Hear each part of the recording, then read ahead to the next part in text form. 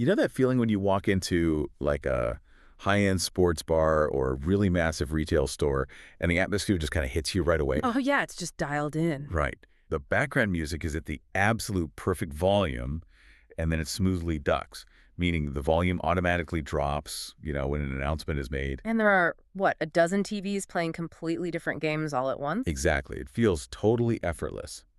But okay, let's unpack this, because behind that vibe is just a mountain of complex commercial AV routing. Oh, definitely. And it's all designed to do one massive job, which is to manage all that media without completely overwhelming the venue staff. So in this deep dive, our mission is to decode that hidden tech. Yeah, because the average bartender or retail manager, I mean, they do not have the time to act as a live sound engineer. Right, they're busy serving customers. Exactly, or acting as a broadcast director.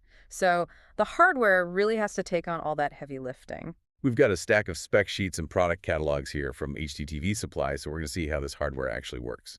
Let's start with the audio brain of the operation, the QSC MP-M40 music and paging mixer. Yeah, looking at the specs, this is a fixed architecture mixer built specifically for retail and hospitality. It runs about $1,585. Okay, wow. And it has 8 inputs, so 4 mic in line, 4 RCA, and then 6 outputs to route high-quality audio across different zones. Right. It's basically an audio traffic cop, like it's directing different streams, say a host's microphone, versus the background music to specific zones, like the patio versus the main dining room.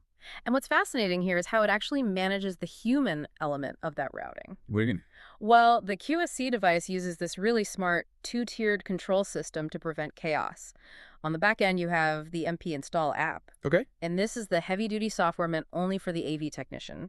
It grants deep access to the system's 12-band notch filter. Notch filters, like what is that? They're basically surgical equalizers.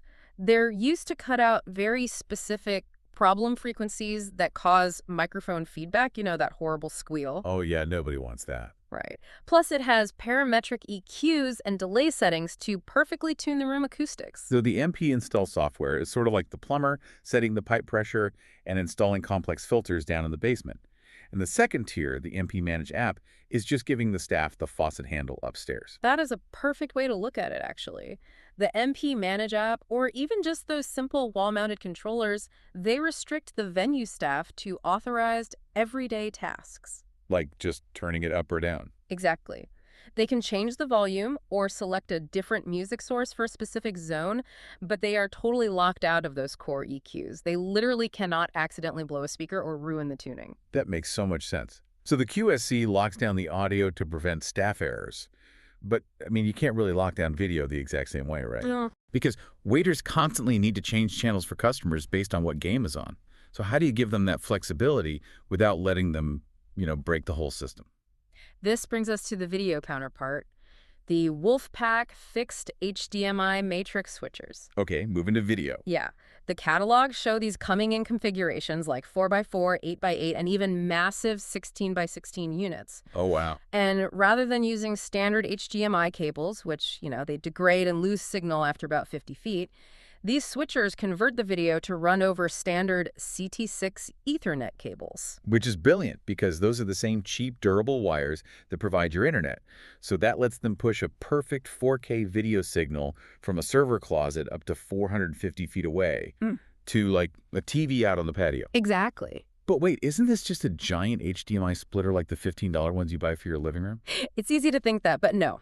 A splitter is strictly a one-to-many device. It just duplicates one cable box to 16 screens.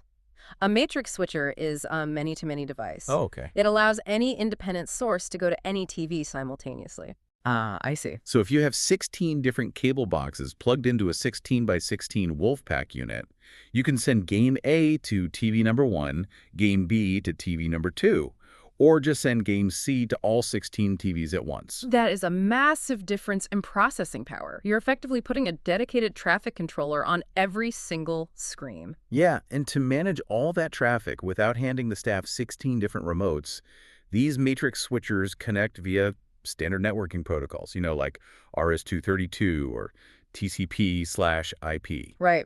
This just means the video routing becomes another node on the restaurant's secure Wi-Fi network. The complex routing is totally hidden behind the simple touchscreen interface. Oh, so a waiter just taps like TV5 and ESPN on an iPad. Exactly. And the Matrix hardware handles that invisible digital handshake back in the closet. That is so cool. So the next time you're sitting in a restaurant and the music seamlessly ducks for an announcement while 10 TVs flip to the local game without a hitch, you'll know exactly the kind of hardware working behind the scenes. Yeah, it's that invisible infrastructure that really makes our modern public spaces so engaging. It turns incredibly complex audio and video routing into just a few foolproof buttons. It really does. And it leaves me with a thought for you to mull over. With commercial systems relying so heavily on this intuitive, app-based zoning and matrix hardware, how long until our residential smart homes adopt this exact level of centralized routing? Oh, that's a good question. Right. Are we moving toward a future where matrix hardware down in a basement rack completely replaces our scattered individual smart speakers and streaming boxes entirely? Something to think about.